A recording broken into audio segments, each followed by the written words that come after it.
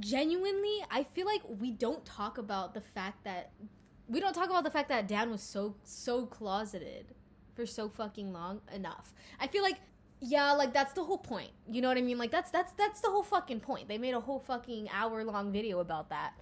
But, like, I was scrolling on TikTok. I'm so sorry to be using my phone during friend time. But, bro, listen to this. Imagine your partner of, like, fucking 16 years says this shit. Are you gay? Thanks, no. Thanks, no. Right next to you, mind you. Are you gay? Thanks, no. I can't pause it! Right next to him, by the way. That's so fucking sad. Oh my god, my phone literally just fucking died. Dude, what the fuck? What the fuck? That's crazy! You guys realize how insane that is? Listen, I barely became a Dan and Phil fan in like October 2025 after the hard launch video came out. This shit that I'm fucking learning is insane. This is like oppression to a whole other fucking level. Like, it's already been like about half of his life, his entire life, where he's been in a relationship that he felt like he had to hide. That's so fucking sad. Are you kidding me? Like, not only is that, like, that's so fucking sad, the fact that, like, Dan even had to hide for so fucking long, but poor Phil, bro, like, that's crazy. I wonder, like, what he was thinking, because, like, obviously, like, it wasn't Dan's fault, you know what I mean? Obviously, we know this, like, and, like, he felt safe with that person, and then for people to, like, they take every little thing and then they, like, ruin it. They literally fucking ruin it. They make it their own. And it's like, that's not how it's supposed to fucking be. You know what I mean? Oh my god, that's so sad! Dude. I need to see that again, because I felt like I had more to say. Like, no, Jordan S., I'm not gay.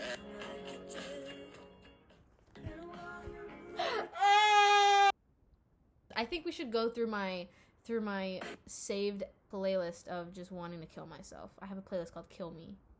A little existential crises. Yeah. Aww. Okay, wait.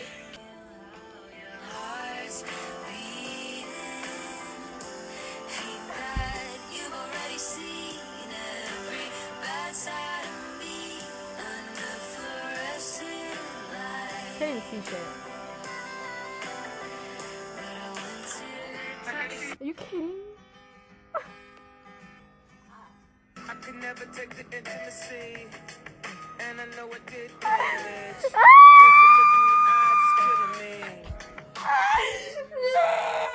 Can you imagine what was going through Phil's mind? I wonder, like, if he would even think about it. Like, I wonder if he would just, like, try to, like, pretend like he didn't hear that and then just move on, and then they didn't talk about it. I feel like that's what they had to have done. I mean, what can you do? If, like, the other person doesn't want to, it's not like you're gonna force them to come out. Because Phil was saying that, like he would have been fine coming out fucking decades ago. But obviously, like, because it was Dan, like, he wasn't ready. And, like, that's not his fault that he's not ready. I don't know. That just says a lot about, like, Phil, to be honest. Like, he really loves him, and that's just so fucking beautiful. And I'm so glad that Dan had somebody that was so patient with him, because fuck, dude, 16 fucking years kept being kept a secret. Like, I'm new to this fandom, right? But I'm learning in, like, the early 2010s kind of vibes is when they, like, got, like, super famous and stuff. Just, like, knowing that so many people were so invasive of their relationship. Like, when I first heard about the Valentine video, I don't even want to talk about it because that's just an invasion of privacy. And then when they were talking about it in, like, the coming out video, and then they were saying that, like, they asked, like, this person to, like, take it down or something like that, and they were like, what you post is there forever. Oh, well, too bad. Or something like that. I don't fucking know, but, like, that's so mean. Like, they're so fucking mean. Like, people are so fucking mean. Like, can't they just leave them alone? Like, they're already fucking going through it, bro. That just, honestly, I never really talk about my sexuality, like, with other people. Really the only people that I talk about sexuality with is, like, my two very, very close friends. But, like, I don't really talk about it with anyone else because, like, number one, I don't feel like it matters, to be honest. Not that it doesn't matter, but, like, it doesn't, like, if I'm just talking to you, we're just trying to be friends or whatever, you're an acquaintance, whatever, it doesn't fucking matter because you don't gotta know. Number two, it's, like, also, like, there's that aspect of, like, not being comfortable like being fully out or like exploring that or like talking about that, because I know that like it's not very accepted in the area that I'm in. Not the area, but in my family. Unfortunately, it's very, very like frowned upon and stuff like that. So definitely like can't be talking about it like that. I don't like talking about it. You know what I mean? It's kind of weird even talking about this on this camera. But it genuinely is a big part of a person. And I didn't realize that until I started watching Dan and Phil. Genuinely, like, they really opened my freaking eyes. Before, I didn't think about it much. I was just like, honestly, I'm gonna be honest. If my family sees this, oof. I'm joking. But personally, I've always known I was a little different. But I never really gave it much thought because I don't fucking like, I don't know how to talk to people anyways. I don't know how to talk to men. I don't know how to talk to women. Like, I don't know how to talk to anybody. Like, I'm a fucking weirdo. I genuinely I didn't think that it was important. I didn't think that it mattered at this time because I'm still really young and I don't really like relationships anyways. But after watching Dan and Phil, like, it opens my eyes to not only myself and, like, my sexuality and, like, all those inner fucking conflicts that a queer person has, but also it really opens your eyes to the fact that, like, this happens so much more often than we realize. Like, there are probably so many queer people out there, like, that feel so terrified and ashamed of themselves. And, like, if you're not being your full, true, authentic self, you're not going to be happy. If you're not living your life the way that you want, the way that you are, how you are, you're not going to be happy. And I feel like sexuality is a really big part of that. And not only, it's because it just explains so much. Like, my personality is the way that it is because I am the way that I am. It just has everything to do with your person. It has everything to do with your character. It's your character. It's the way that you act. It's the way that you treat others. It's in your humor. It's in the way that you talk. It's in the people that you hang out with, the people that you like, the people that you, like, mostly, like, engage with. You know what I mean? Like, humans are social creatures. Like, we need to be social. And a lot of the times, like, queer people, more often than not, I see queer people tend to be friends with other queer people because they have something to relate to. They're more alike. It's not even the fact that they both are queer, but it's the fact that they just are alike personality-wise. You know what I mean? Like, they have the same humor. I'm obviously not saying, like, for everybody, but, like, most of the time. You know what I mean? And I'm not trying to say that in, like, a stereotypical way, like, but, like, you know what I mean? Like, we just get each other. You know what I mean? Like, we're on that same wavelength. And I just think it's so beautiful. And I don't think that, it's just, dude, I can't. It's so sad to me, the fact that people need to feel like they need to hide. And anyways, ever since I started watching them, I started thinking about my sexuality a lot more. And they make me feel, like, prouder, in a sense. Like, not that oh no, I wasn't really, it's not that I wasn't proud, it's that I just didn't really think about it, and I also just felt like I couldn't think about it. But truly, like, seeing them be so, because especially being a new fan, of course, seeing them now compared to, like, their old videos is genuinely insane. When I first started watching them, I've watched all of their new videos, and I was like, wow, this is great, I need more. So then I started watching their old videos, because also I wanted to, like, get the lore. Anyways, and just watching their old videos, like, you can truly see the huge difference in personality or, like, the way that they act from then to now. Like, now they are, like, so authentic with themselves. Like, they're so, free. Like, it just feels lighter. You know what I mean? It feels lighter. It feels like they're just having fun. And, like, yeah, in the old videos, like, they're just having fun. But at the same time, I kind of felt like, I don't know, maybe it's just placebo effect, but me personally, I feel like from their older videos before, like, pre-hard launch, they had, like, a mask on. Especially in, like, the early 2010s. Like, they had that strong YouTuber, like, personality / accent. The way that they would interact with her, like, film, da-da-da-da-da-da-da, and then they would, like, be looking at the camera. But, like, I mean, they still do that, too, sometimes, but besides the point is,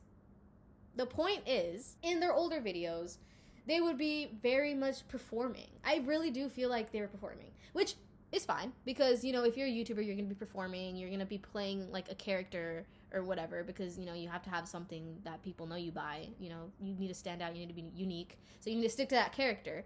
And also it kind of just helps to like separate work-life balance. But anyways, but now I feel like post hard launch, I feel like they're just able to be more free, because they're not like guarded anymore. I think that's the word that I'm looking for, like guarded. Like their guard, not that their guard isn't up still, because still like Dan, some like they censor each other. They censor themselves sometimes, like, you know. But I don't know, I just think that it's different now, and I feel like they obviously seem so much happier now. Like truly, like they seem so much happier, and I just think that that's so nice. And I think that everybody deserves to live like that. Everybody deserves to be happy and smile and love whoever they want to love. Like, I just don't understand why it's such a big problem for other people. Truly, I personally don't understand it. Like, why does it matter if someone likes the same gender as themselves? Do you like the same gender? Because if you don't, then that's okay.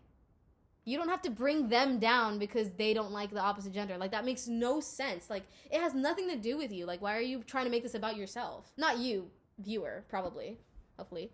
And honestly, I'm mostly targeting this to, like, I'm not targeting, but just for as like a little example, like my parents.